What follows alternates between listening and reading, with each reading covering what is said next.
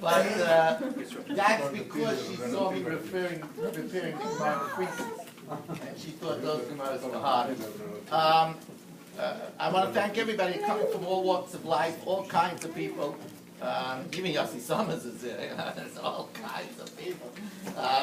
He got dressed up in regular clothing. And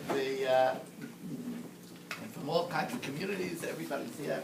And we really, really appreciate it. We thank our sponsors, Dr. Black and his wife, and Yossi Summers and his wife for sponsoring this beautiful siyum. As you know, almost 2 years ago now, July 4th, I dreamed of the idea, and I was looking for a sponsor, and Mendy Schwartz, his wife Lynn, stepped in and sponsored the entire program. Then we get initial other sponsors to join along, but they really gave the first push to kick it off, and it's done in memory of Mendy's father. And I asked Mendy to give us a few words about his father and about the learning. So without further ado, the president of our Kehillah, Mendy Schwartz.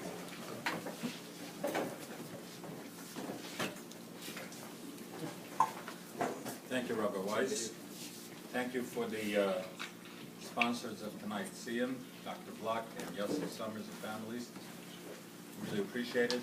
And a huge thank you to Mati for arranging this whole thing. And of course, Lenny, that goes without saying. Nothing happens in this show without him.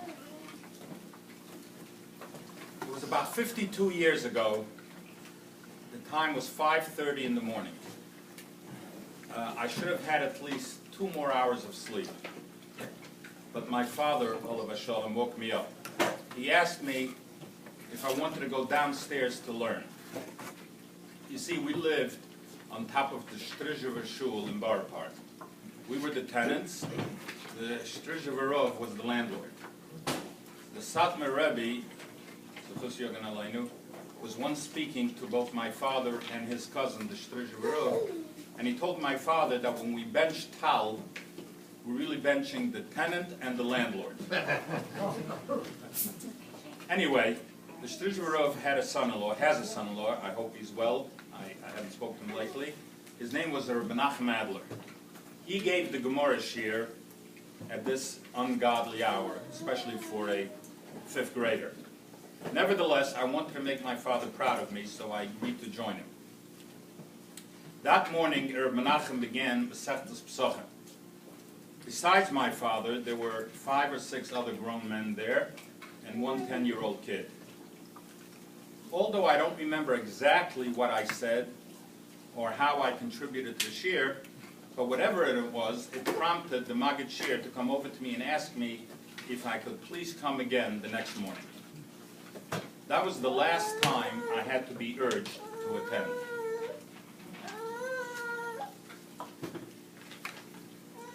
It was my first real taste of learning Torah with a person who was not only a Talmid Chacham, but he had a gift of making it sweet, like we just heard from Rabbi Weiss recite the pasuk, V'harav Noah, Shem Lekeinu, Tarascho Befinu. He made it sweet, and although his voice was raspy, it was still music to me. A few days later, we came across an interesting story in Gemara Pesachim, and I'll read it right out of the Art Scroll.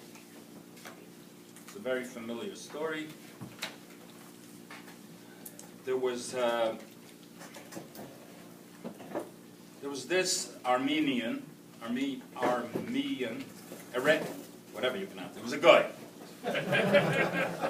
not Jewish. He would go up every year to Yerushalayim and he would eat from the Korban Pesach. And he was taunting Reb Yehuda ben Beseira. He says, in the Torah it says, Beferish, Kol Oro lo yochel bo, Kol Benecher lo yochel bo, that they should need, a guy should need, an uncircumcised person should need, and I'm eating there. He was taunting him. So Reb Yehuda ben Beseira, thinking quick on his feet, asked him, did they give you from the aliyah? Did they give you from the tail? So he says, no. He says, well, next year when you go, make sure you ask for the tail. So, sure enough, the following year he went and he asked for the tail. And they they asked him, who told you to ask for the tail? So he says, Rabbi Yehuda ben Beseira. So they realized something was going on, so they did a little investigation, and they found out that he wasn't Jewish, and they killed him.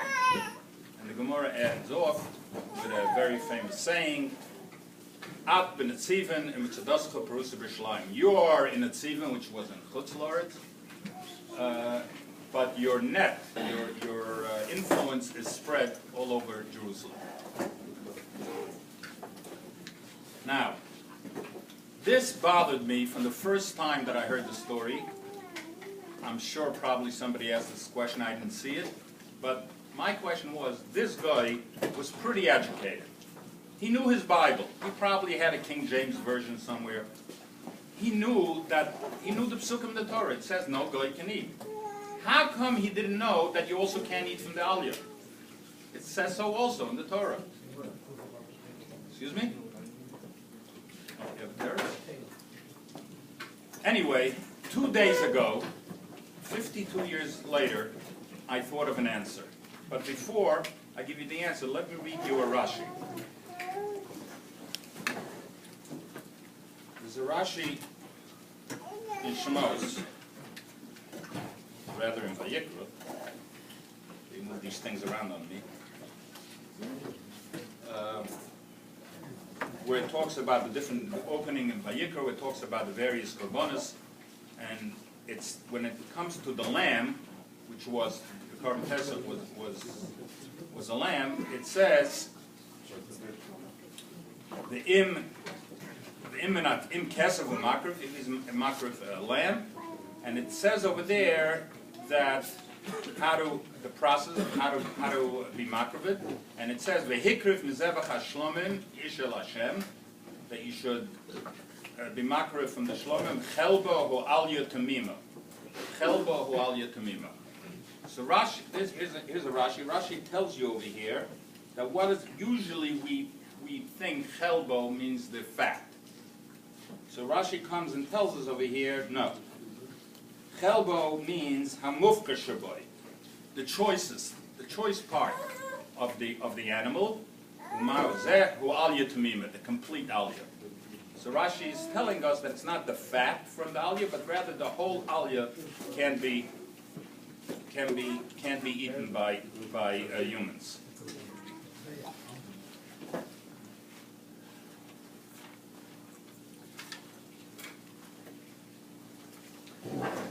So before I actually get to the answer itself, I want to forward just a few lines later in the next Talmud. The Gemara talks over there about when you can stop eating chametz and so on, and then the Gemara brings a pasuk.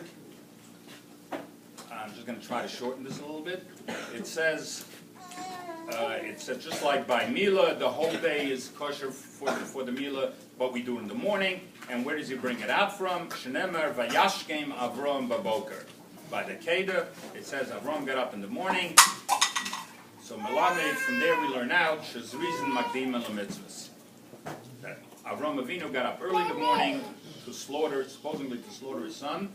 From this we learned that we should be swift. We should do things right away.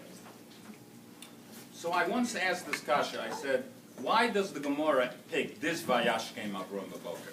Actually, Tosfos talks a little bit about that, but not in the way that I want to present it. Tosfos wants to say that from this we learn out something else, and then he talks about a different Vayashkem. But the simple question is, they're actually in a span of 62 psukim. That number may mean something to some people. In a span of 62 psukim, it says 3 times Vayashkem Avram Baboker. The first one by Sodom, and the second one when he sent away Hagar, and this one. So why did he pick on this one? Why not the first one? So I thought of the answer. The answer is because by this one, he not only got up, he woke up his son. He woke up his son early also. And this is precisely what Avram wanted to teach his son. Zerizim makdim mitzvahs. We're going to do a mitzvah. Hashem was mitzvahs to do a keder. So he's giving that over to his son as well. To do something right, you need to be the early bird. Don't delay. Many, many times over the years, In fact, just a few weeks before my father was nifter, he quoted me this Gemara when it was pertinent. My father was a Zoris. He seized any and every opportunity that came his way. Getting up early in the morning was just a sample of his overall enthusiasm to do a mitzvah. In that dark, early boker, Vayashkem David as Benoi, my father woke me up. It was then that my father began the transmission of that characteristic of Zerizus to me. But more than that, he instilled in me the love for Torah. My father was not what in today's standards we would call a Talmud Chacham. But he was right up there with the yearn for Torah and the yearn for his children to outdo him. And that was the downfall of this guy. He may have had a Bible, but you know what he didn't have? He didn't have a father to wake him up and send him to Cheder. He didn't have a Rebbe to involve him in Shiurim, to teach him to learn beyond the written text of what's written in Torah. He certainly didn't learn the likes of a Rashi, where he would have known that no part of the tail was edible, not just the fat. And that's why he asked for the aliyah. And that was his downfall. For people of my father's generation, learning was a challenge. First, they had to avoid getting shot or sent to the gas chambers. Then they had to struggle in a new country to provide for their family in a foreign place with a foreign language. Learning was difficult for them. They mostly had lost their parents. They lost their rabbis. They had no one to lean on. How fortunate are we?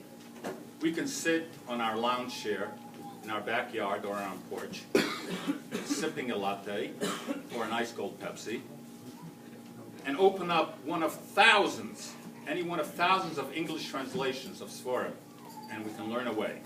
Or you can dial a local number, and voila, a magachir at your beck and call. Torah on demand. Now, how lucky are we that the voice behind thousands of these shurim is our own Rav, our own Morad Asra. And while my father, Olav Shalom, was the first person who instilled in me Ahavas Torah, Rabbi Weiss strengthened in me the flame of my youth.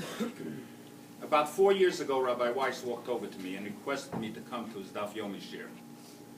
Here again, that was the last time I had to be urged to attend. Since then, I got involved in the Mishnah Yomis program as well. And that is why I'm here tonight. First, to give thanks to Rabboni Shlolem, then to give thanks to Rabbi Weiss Shlita, and of course, to give thanks to my father for giving me the most precious wake-up call. Thank you.